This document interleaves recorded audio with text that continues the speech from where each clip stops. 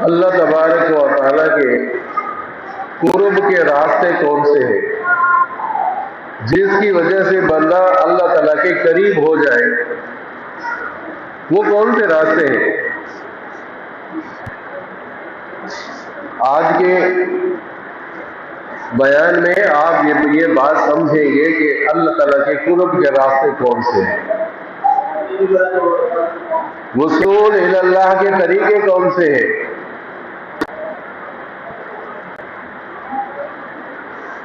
اللہ تعالیٰ مجھے صحیح بیان کرنے کی توفیق عطا فرمائے۔ اس سے پہلے یہ سمجھیں کہ رمضان المبارک کا مہینہ مہمان مہینہ ہے۔ اس کی اہمیت کتنی ہے جو آپ صلی اللہ علیہ وسلم رجب اور شعبان میں دعا مانگ رہے ہیں۔ اس اہمیت کو سمجھے تو صحیح کہ کتنی اہمیت ہوگی اس ماہ مبارک کی جو آپ صلی اللہ علیہ وسلم فرما رہے ہیں کہ یا اللہ رجب اور شعبان میں برکت دے دے اور ہمیں رمضان مبارک تک پہنچا دے۔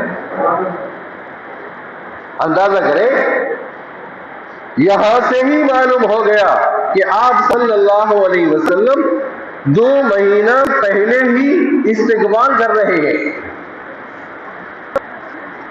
اور ہم اس میں ہیں کہ ہم رمضان مبارک گزرنے کا انتظار کر رہے ہیں۔ رمضان مبارک گزرے، جلدی گزرے۔ آج ہمارا ایمان یہ ہے۔ ابو الفضل ایک تابعی بزرگ ہے، وہ کہتا ہے کہ اپنے دور کی بات کر رہے ہیں فضل رحمت اللہ علیہ، فرمایا 6 مہینے تک ہم رمضان کا انتظار کرتے تھے۔ کتنے؟ 6 مہینے تک ہم انتظار کرتے تھے رمضان مبارک کا۔ پھر جب رمضان مبارک چلا جاتا تھا تو 6 مہینے تک ہم دعا کرتے تھے یا اللہ ہمارے رمضان کے روزوں کو قبول فرما۔ اندازہ کریں، ہمیں فکر نہیں، اور بہانے سے مغفرت۔ جو حدیث پڑھی آپ صلی اللہ علیہ وسلم نے فرمایا جس نے رمضان کا روزہ رکھا غفر لہ ما تقدم، ان کے سارے گناہ معاف ہو گئے۔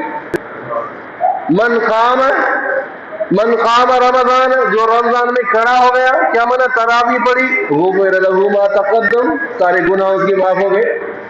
من قام لیلۃ القدر، جو لیلۃ القدر میں کھڑا ہو گیا، عبادت کی، غفر لہ ما تقدم، گناہ اس کے معاف ہو گئے۔ کسی کو افطار کرایا، گناہ معاف ہو گئے۔ یہ ضرور نہیں کہ کھانا کھلاؤ، کسی کو پانی پلاؤ، کسی کو شربت پلاؤ، دودھ کا گھونٹ دے دو، کتنا بڑا جرم ہے۔ 15 دن گزر گئے، پتہ ہی نہیں چلا۔ باقی دن بھی انشاءاللہ خیر سے گزریں گے۔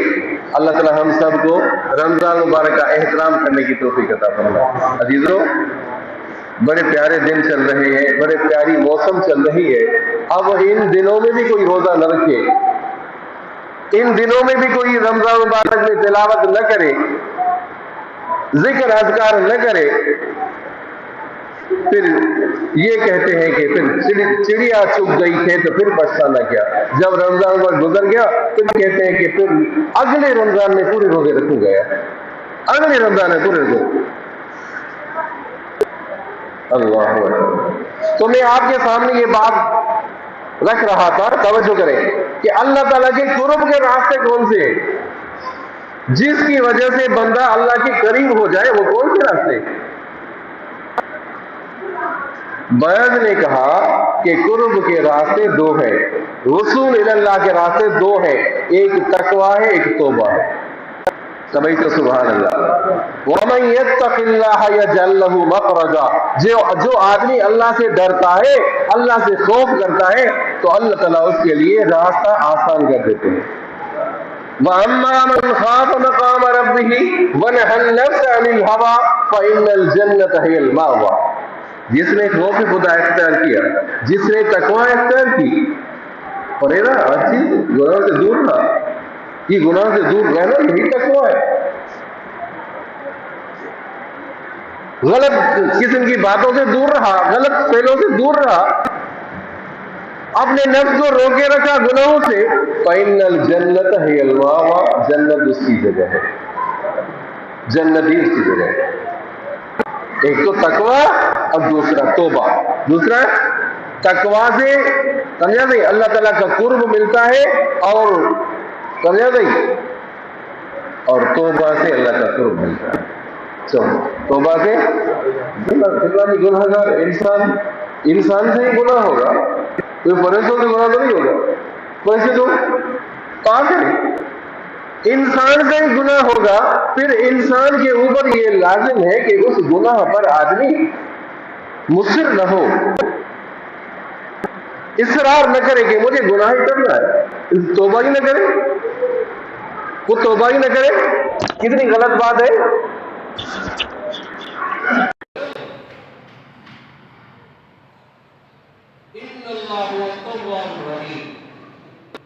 اللہ تعالیٰ توبہ قبول کرنے والے، رحم کرنے والے، توبہ قبول کرنے والے۔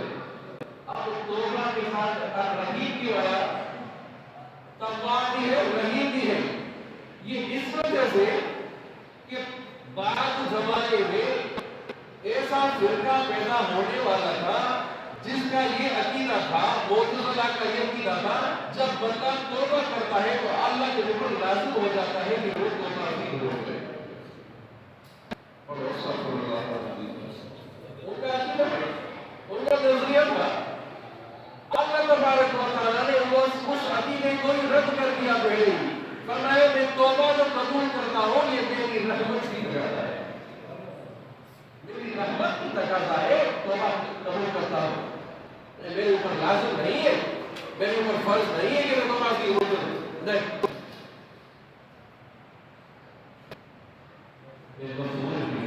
بار بار معاف کرنے والا، جب گناہ کرے گناہ کرے توبہ کی، بار بار معاف کرنے والا، غفور، غفار بھی ہے، غفور بھی ہے،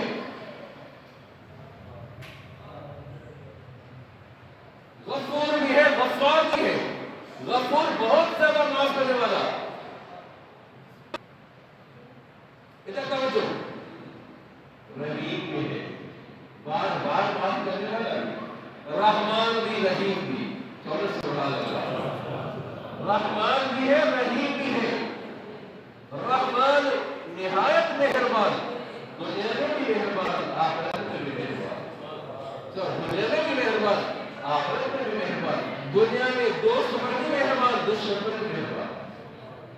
اللہ اکبر، اللہ تبارک و تعالیٰ فرما رہے ہیں کہ جس طرح میں رحمان ہوں، دوست پر بھی مہربان ہوں، دشمن پر بھی مہربان ہوں، اب تمہارے اوپر یہ لازم ہے کہ جس طرح میں مہربان ہوں تم بھی اپنوں پر بھی مہربانی کرو، غیروں پر بھی مہربانی کرو۔ ارحموا من فی الارض یرحمکم من فی السماء، زمین والوں پر رحم کرو تو آسمان والا تمہارے پر رحم کرے۔ جب میں رحمان ہوں تو میری رحمت کی تقاضا یہ کہ مجھ سے مانگو، میری رحمت سے فائدہ لے لو، میں رحمان ہوں، میں رحیم ہوں، میری رحمت سے فائدہ لے لو۔ وہ عزیز بھی ہے، وہ غالب بھی ہے، زبردست بھی ہے، عزیز والا غالب، عزیز والا زبردست۔ اللہ، ایک غریب آدمی، ایک مسکین آدمی، غریب ہے، کسان ہے، وغیرہ کو کہتا ہے کہ میں نے معاف کر دیا، کس کو کہتا ہے؟ معاف کر دیا۔ ایک کلارک ہے، افسر کو کہتا ہے کہ میں نے تمہیں معاف کر دیا، اس کی معافی کی نظر ہے؟ اس کی معافی کیا نظر ہے؟ تو کیا کرے گا؟ تو کیا کرے گا؟ معاف کرو کیا؟ میں کچھ نہیں کر سکتا تھا، تو جب کلارک ہے، میں وہ کرتا چلے، اس کی قدر نہیں ہے۔ بڑا آدمی چھوٹے کو معاف کرنے کی قدر ہے۔ اگر سمجھو بھائی، بڑا آدمی ایک وڈیرا ہے، ایک منسٹر ہے، وہ چھوٹے کی غلطی کو معاف کرتا ہے تو اس کو قدر کی نگاہ سے دیکھا جائے گا۔ اللہ تبارک و تعالیٰ جو معاف کرے تو اس کو قدر سے دیکھا جائے گا۔ میں زبردست ہوں، میں عزیز ہوں، میں غالب ہوں، میں معاف کرنے والا ہوں،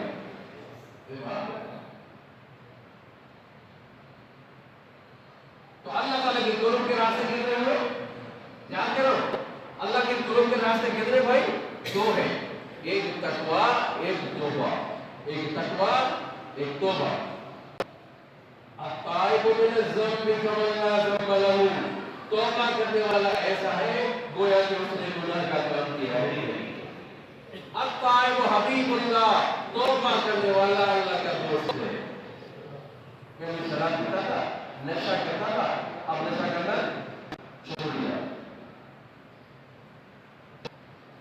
پہلے زنا چوری میں، اب چھوڑ دیا، اب یہ اللہ کا محبوب بن گیا۔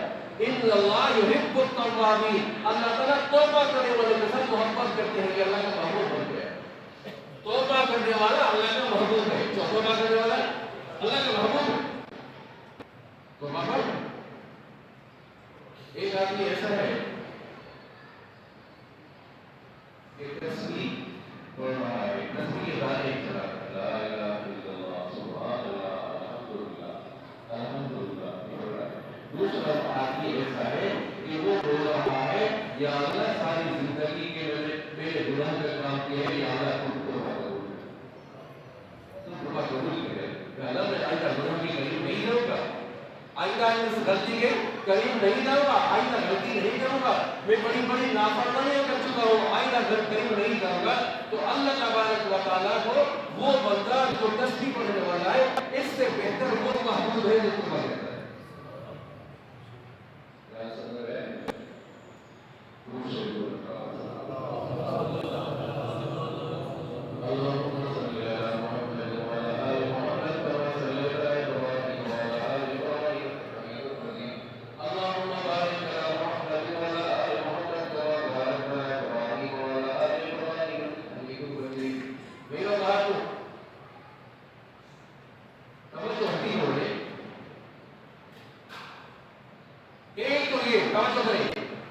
کسی نے کہا کہ اللہ تعالیٰ کے قرب کا راستہ رسول اللہ کے راستے دو، تقویٰ اور توبہ۔ کسی نے کہا کہ اللہ تعالیٰ کے قرب کے راستے دو ہیں، ایک ہے دعا، ایک ہے استغفار۔ یاد کرنا، ایک ہے دعا، دوسرا ہے استغفار۔ بس یہ شارٹ کٹ راستہ، کون سا راستہ؟ شارٹ کٹ راستہ، اللہ تعالیٰ تک پہنچنے کا راستہ شارٹ کٹ۔ کوئی کہتا ہے بھائی میں ایکسپریس مارکیٹ جاؤں گا، بھائی کون سا راستہ ہے؟ شارٹ کٹ راستہ بتاؤ تاکہ میں وہاں پہنچوں۔ کسی نے کہا بھائی یہاں سے جاؤ، یا غریب کی گھوڑی سے جاؤ، کسی نے کہا کہ بھائی بیلوڑا سے جاؤ، کسی نے کہا کہ بھائی کائناباد سے جاؤ، بہت بڑی۔ تو وہ جو راستہ آسان ہوگا اور شارٹ کٹ ہوگا وہی پہنچے گا۔ وہ پہنچنے کا راستہ کیا ہے؟ میری نظر میں کہ بلوچ پور سے جائے، بلوچ پور سے جاؤ، ایکسپریس مارکیٹ جلدی پہنچو گے، بجائے دوسرے راستوں کے۔ تو یہ اللہ تعالیٰ تک پہنچنے کے راستے دو، تو اللہ تعالیٰ کے پہنچنے کے راستے ایک دعا، دوسرا ادعونی استجب لکم، ادعونی استجب لکم، مجھے پکارو میں سنتا بھی ہوں، قبول بھی کرتا ہوں۔ مجھے پکارو، ادھر ادھر جانے کی ضرورت کیا ہے؟ کیوں کسی کی منتیں کر رہے ہو؟ کیوں کسی کے آگے سر جھکا رہے ہو؟ جب میں سنتا بھی ہوں، میں دیکھتا بھی ہوں، تو مجھے پکارو، ادعونی استجب لکم۔ انبیاء کرام کو دیکھیں، انبیاء